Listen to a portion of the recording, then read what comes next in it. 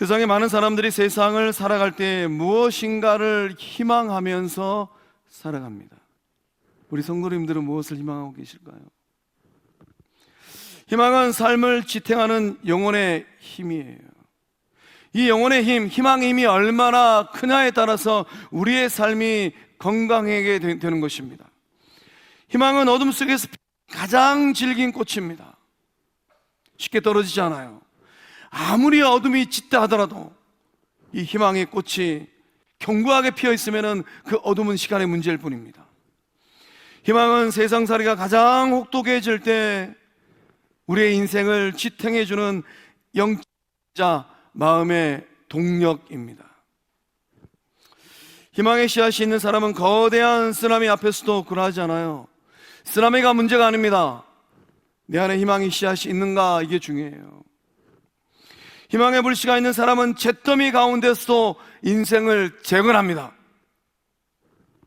희망의 노래를 부르는 사람은 고단한 인생길을 포기하지 않습니다. 예배자리 나오신 우리 성도님들, 그 마음 가운데 희망의 씨앗이 있고 희망의 불씨가 있고 희망의 노래가 그 입술에 있는 복된 삶 될 수 있기를 주의 이름으로 축복합니다. 희망을 품은 이 영혼의 태도는 무엇입니까? 그럼에도 불구하고의 태도예요. 그럼에도 불구하고 하나님께서 이 절망의 이 판을 뒤집는 한 수를 준비하고 계시는구나, 이 태도입니다.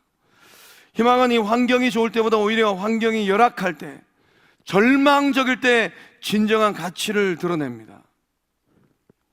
희망은 이 당장 눈앞의 이 성과를 계산하는 게 아니에요.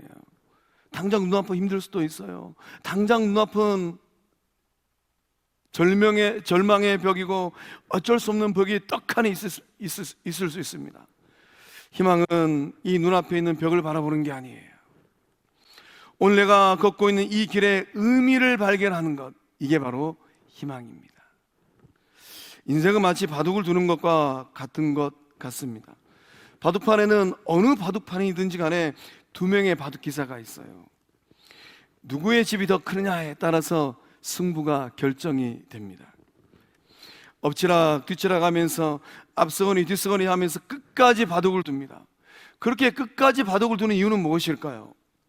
내가 애써 지은 집이 한순간에 허물어져 버렸어요. 빼앗겼습니다. 그럼에도 불구하고 바둑알을 던지지 않습니다. 그 이유가 무엇일까요? 판을 뒤집는 마지막 한 수가 있기 때문입니다.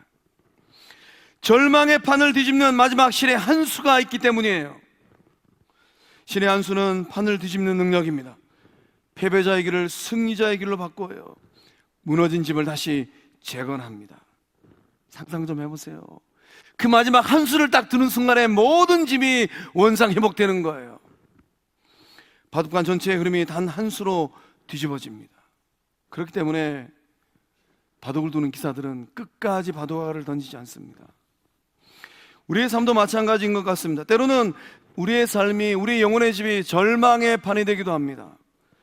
단번에 이 생명의 판으로 바꾸시는 하나님의 수, 그 하나님의 마지막 한 수, 그 한 수를 소망하고 그 한 수를 바라보고 그 한 수를 위하여서 믿음의 길을 저벅저벅 걸어가는 주의 백성들 되시기를 주의 이름으로 축복합니다. 하나님께서 주시는 마지막 한 수가 있어요. 그 한 수는 무엇입니까? 부활입니다. 죄와 사망의 권세에 갇혀 사는 저와 여러분을 살려내기 위하여서 하나님께 주신 마지막 한 수, 그 한 수는 예수 부활이에요. 사랑의 하나님께서 저와 여러분을 살려내기 위하여서 이 부활이라는 한 수를 두었습니다. 예수 부활로 판이 뒤집어졌어요. 원사담하기는 예수님께서 십자가에 운명하시는 그 순간에 아마 쾌재를 불렀을 것 같아요. 이제 내가 이겼다, 내가 승리하다, 하나님의 집이 다 무너졌다라고 쾌재를 불렀을 것 같습니다. 그러나 예수님의 부활, 이 마지막 한 수를 통하여서 사단의 수는 완전히 무너졌습니다. 우리 가운데 그런 믿음의 고백이 있는 줄로 믿습니다. 십자가 끝에서 시작된 완벽한 역전입니다. 패배자의 판이 뒤집혀져서 승리자의 판이 되었어요. 누구인들 예측했겠습니까? 예수님께서 마지막 호흡을 하시는 그 순간에 로마 병정들은 알았을까요? 빌라도는 알았을까요? 죄와 사망의 권세가 무너졌습니다. 하나님의 마지막 한 수로 절망의 판이 뒤집혀서 소망의 판이 되었어요. 부활절 그 이후의 삶을 어떻게 살고 계실까요? 우리의 삶은 여전히 그러한 삶의 자리에 놓여 있는 것 같아요. 고통도, 아픔도, 눈물도 여전히 우리의 삶의 자리에 놓여 있습니다. 때로는 이 절망적인 순간을 맞닥뜨려야만 합니다. 어쩔 수 없는 벽, 절망의 벽이 떡하니 서 있어요. 판을 뒤집는 하나님의 손이, 그 하나님의 한 수가 여러분과 함께하고 있는 줄로 믿습니다. 오늘 본문의 이 말씀은 베드로가 성령의 불을 받고 오순절 성령 그 날에 유대인들을 향하여서 설교한 말씀의 한 대목입니다. 베드로는 희망의 본질에 대하여서 말씀을 전하였습니다. 성도는 희망의 뿌리를 어디에 두어야 되겠습니까? 우리가 이 시대를 살아가야만 하고 살아내야만 합니다. 과연 그렇다면 우리가 품어야 될 희망은 어떤 희망일까요? 우리는 역전의 희망을 품어야만 합니다. 23절 24절의 말씀을 함께 읽어보겠습니다.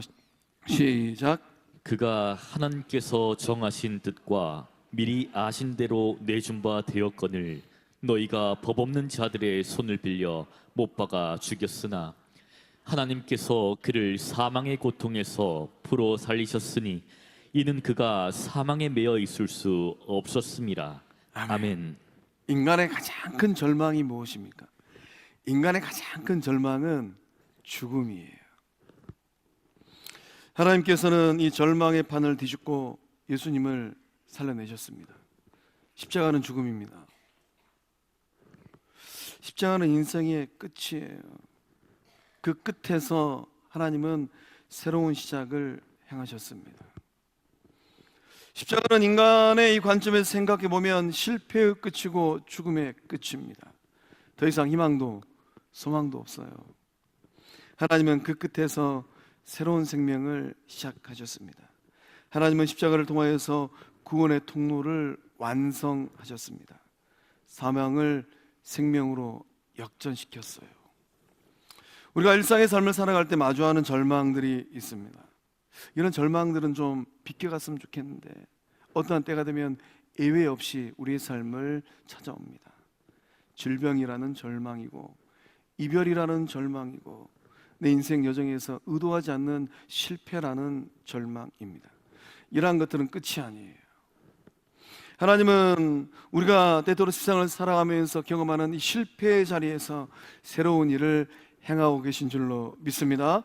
십자가에 달리신 예수님의 죽음에 하나님께서 개입하셨습니다. 하나님의 개입으로 사망의 고통이 멈췄어요. 하나님의 개입하심으로 생명의 역사함들이 일어났습니다. 이것이 바로 성도가 소망하는 희망의 근거입니다.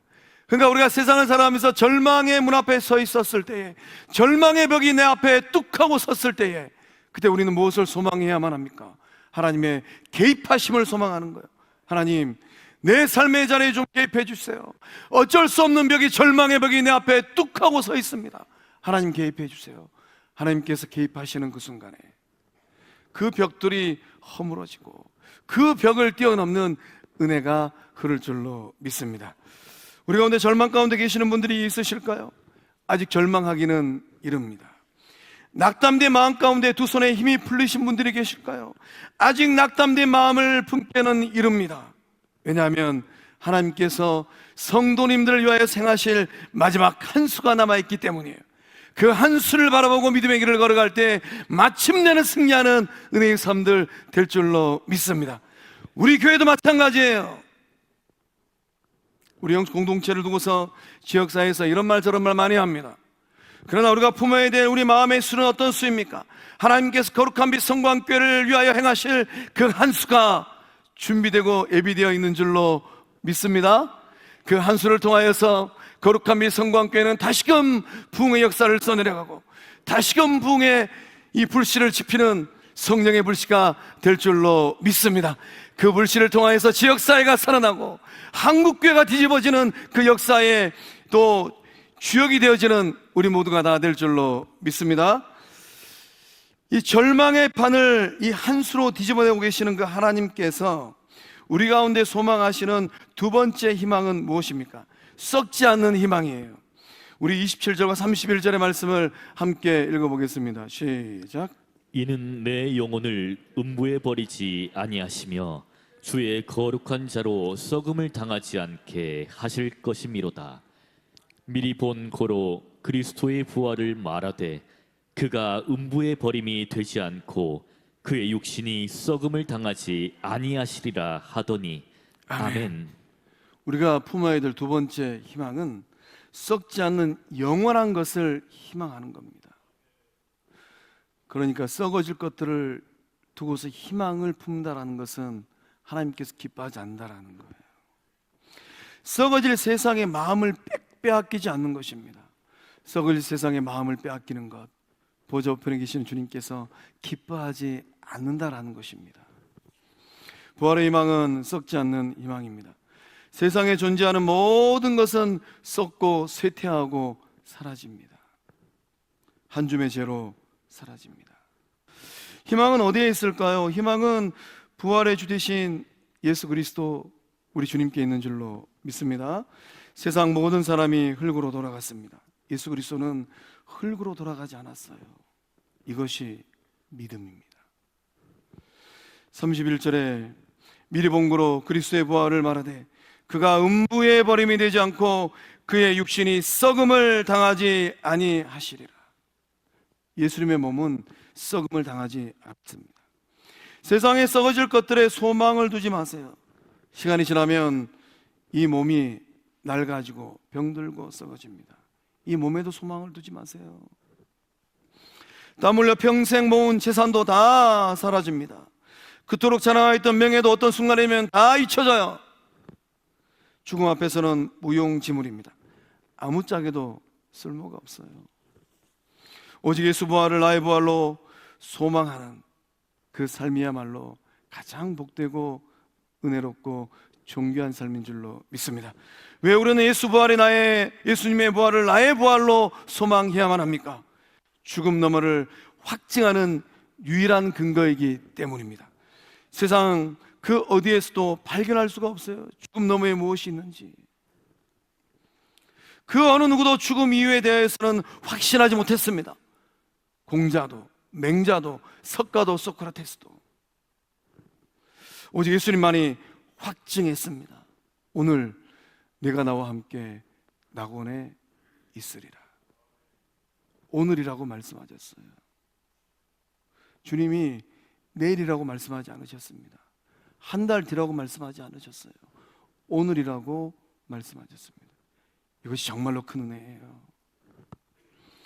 인생의 아이러니는 무엇입니까? 항상 오늘이라는 거예요. 태어나는 것도 오늘입니다. 출세하는 것도 오늘이에요. 잔치하는 것도 오늘입니다. 사고 나는 것도 오늘이에요. 기억하는 것도 오늘입니다. 행복한 것도 오늘이에요. 문제는 죽는 것도 오늘이라는 거예요. 어제는 지나간 오늘입니다. 내일이란 시간은 또 다른 오늘의 연장이에요. 그렇다면 우리가 진정으로 소망해야 될 오늘의 끝은 어디일까요? 오늘의 끝은 그 죽음 너머를 바라보는 희망의 오늘인 줄로 믿습니다. 오늘 내가 나와 함께 낙원에 있으리라. 우리 주님이 계시는 낙원이고 우리 주님이 계시는 천국이고 주님께서 그토록 소망하는 하나님의 나라인 줄로 믿습니다. 성도가 품어야 될 세 번째 희망은 약속의 성취입니다. 우리 32절의 말씀을 함께 읽어보도록 하겠습니다. 시작. 이 예수를 하나님이 살리신지라 우리가 다 이 일의 증인이로다. 아멘. 성도가 품어야 될 세 번째 희망은 약속의 성취인데 말씀대로 그 말씀이 내 삶 가운데 이루어지는 겁니다. 부활을 소망하는 성도의 희망은 그저 그런 막연한 기대가 아닙니다. 되면 좋고 아니면 말지, 이런 막연한 기대가 아니라는 거예요. 반드시 이루어지는 약속의 성취입니다. 다윗은 예수님의 부활을 예언했습니다. 그래, 말씀은 다윗을 선지자라고 기록하고 있지 않습니까? 다윗은 정말로 영안이 활짝 열려있던 사람이에요. 27절 말씀에 주의 거룩한 자로 썩음을 당하지 않게 하실 것입니다. 다윗이 보았다라는 것입니다. 베드로는 어떤 고백을 하고 있습니까? 하나님께서 다윗에게 약속하신 죽은 자의 부활이 예수님을 통하여서 성취되었습니다 라고 고백하고 있는 거예요. 예수님의 부활은 하나님께서 말씀하신 말씀 그대로 이루어졌습니다. 말씀대로 되는 것을 우리 주님께서 증명하셨어요. 그래서 우리가 소망해야 될 것은 무엇입니까? 그 말씀대로 이루어지는 것이 내 삶 가운데서도 이루어지겠구나. 이것이 바로 성도가 품어야 될 세 번째 희망인 줄로 믿습니다. 참된 희망은 불변합니다. 내 기분과 내 감정과 나의 상태에 따라서 좌지우지되는 희망은 참된 희망이 아니에요. 기분 좋으면 소망했다가 마음 불편하면 밀어내버리고, 이러한 것들은 참된 희망이 아니라는 거예요. 내 삶이 평안하면은 또 거룩한 고백을 했다가 내 삶이 힘들어지면 언제 그랬냐 하는 듯이 외면하는 것, 이러한 것들은 참된 희망이 아니라는 것입니다. 희망의 근거는 무엇입니까? 하나님의 신실하심입니다. 하나님의 신실하심은 때가 되면 반드시 이루어내는 능력입니다. 하나님은 약속하신 것을 반드시 이루십니다. 수천 년 전의 예언을 예수님의 부활로 성취하셨어요. 약속을 지키신 하나님께서는 지금도 저와 여러분에게 말씀하십니다. 내가 세상 끝날까지 너희와 항상 함께하리라. 아들을 보고 믿는 자마다 영생을 얻는 이것이니, 아들을 보고 믿는 자마다 영생을 얻는 이것이니 마지막 날에 내가 이를 다시 살리리라. 할렐루야. 마지막 날에 내가 이를 다시 살리리라. 정말로 마음이 복잡할 때 딱 한마디만 하세요. 마지막 날에 봅시다.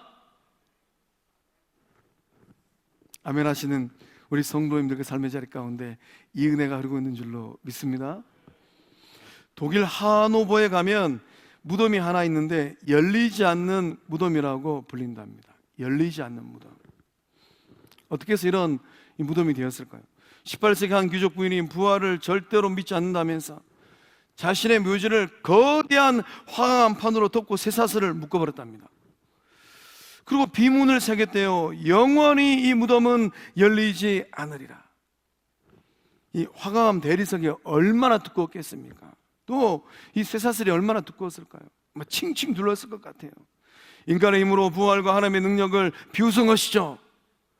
부활에 대한 소망이 없으니까 그렇게 관을 만들지 않았겠습니까? 세월이 흘렀습니다. 놀라운 일이 벌어졌다고 해요. 이 화강암 틈 사이로 아주 작은 씨앗 하나가 날아왔답니다. 그리고 뿌리를 내렸대요. 그 작은 씨앗이 자라나서 거대한 나무가 되었다고 합니다. 보시는 것처럼 저 작은 생명의 씨앗이 이 두꺼운 화강암 틈 사이로 들어왔답니다. 거기서 뿌리를 내렸다는 거예요. 이 작은 이 씨앗이 발아해가지고 아주 작은 이 묘목이 되고 그 작은 나무가 자라나가지고 거대한 나무가 되었다라는 거예요. 어떠한 일이 일어났을까요? 그 단단하였던 이 화강암 판을 이 나무의 뿌리가 두 조각으로 쪼갠 줄로 믿으시기 바랍니다. 쇠사슬로 끊어버렸답니다. 인간이 아무리 절망의 돌로 무덤을 막고 쇠사슬로 묶어도 생명은 모든 것을 뚫고 나옵니다. 부활의 희망은 이 나무와 같아요.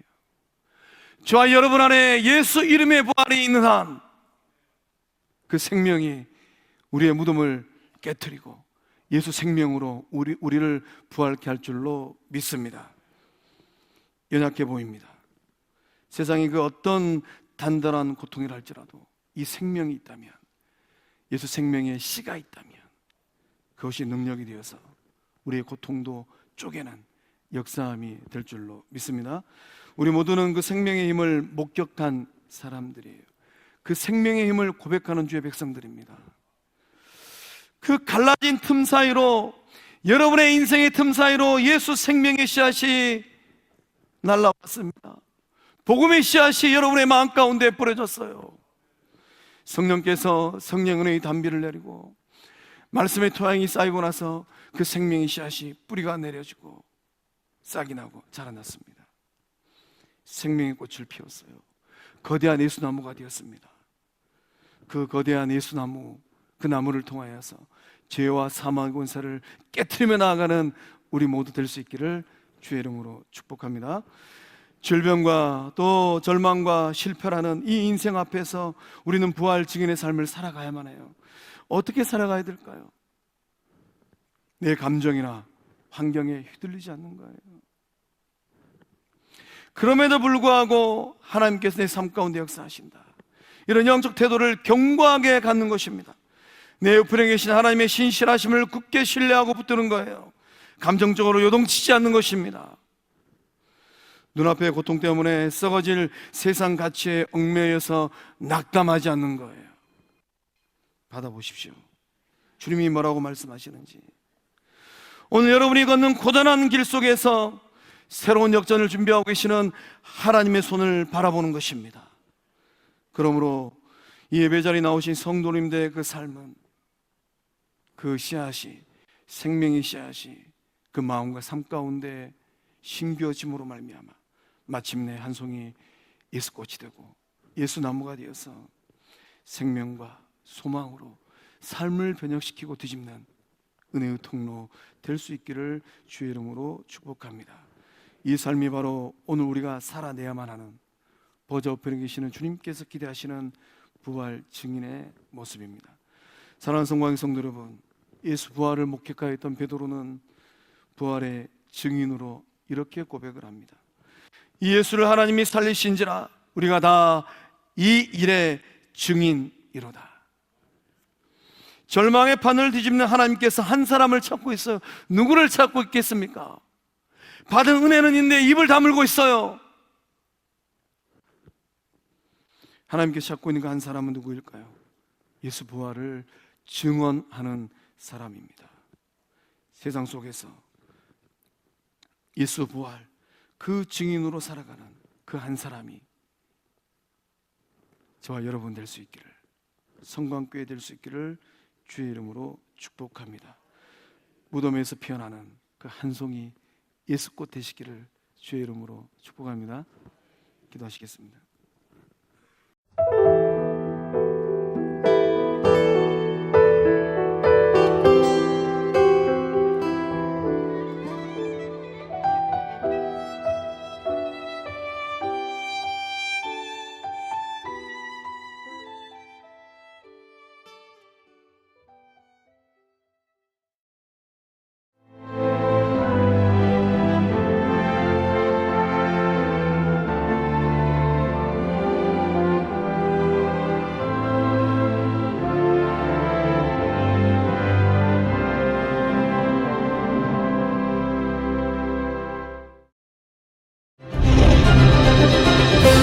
기회는 준비된 도시를 선택합니다. 대지엔 바이오, 반도체, 도심엔 문화, 하늘엔 우주. 대한민국 미래 산업의 새로운 가능성을 열어가는 곳. 격이 다른 도시, 순천입니다.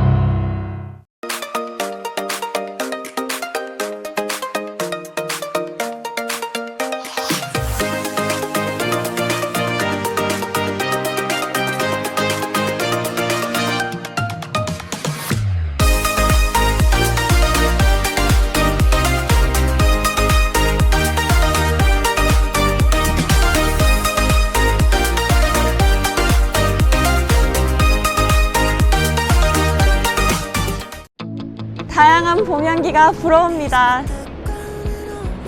맛있는 차가 어떤 거냐면 말이지, 안개가 가득한 산속에서 정성으로 길러냈다는 사실. 다양한 봄 향기가 가득한 보성 다양 대축제로 여러분들을 초대합니다. 보성 다양대 축제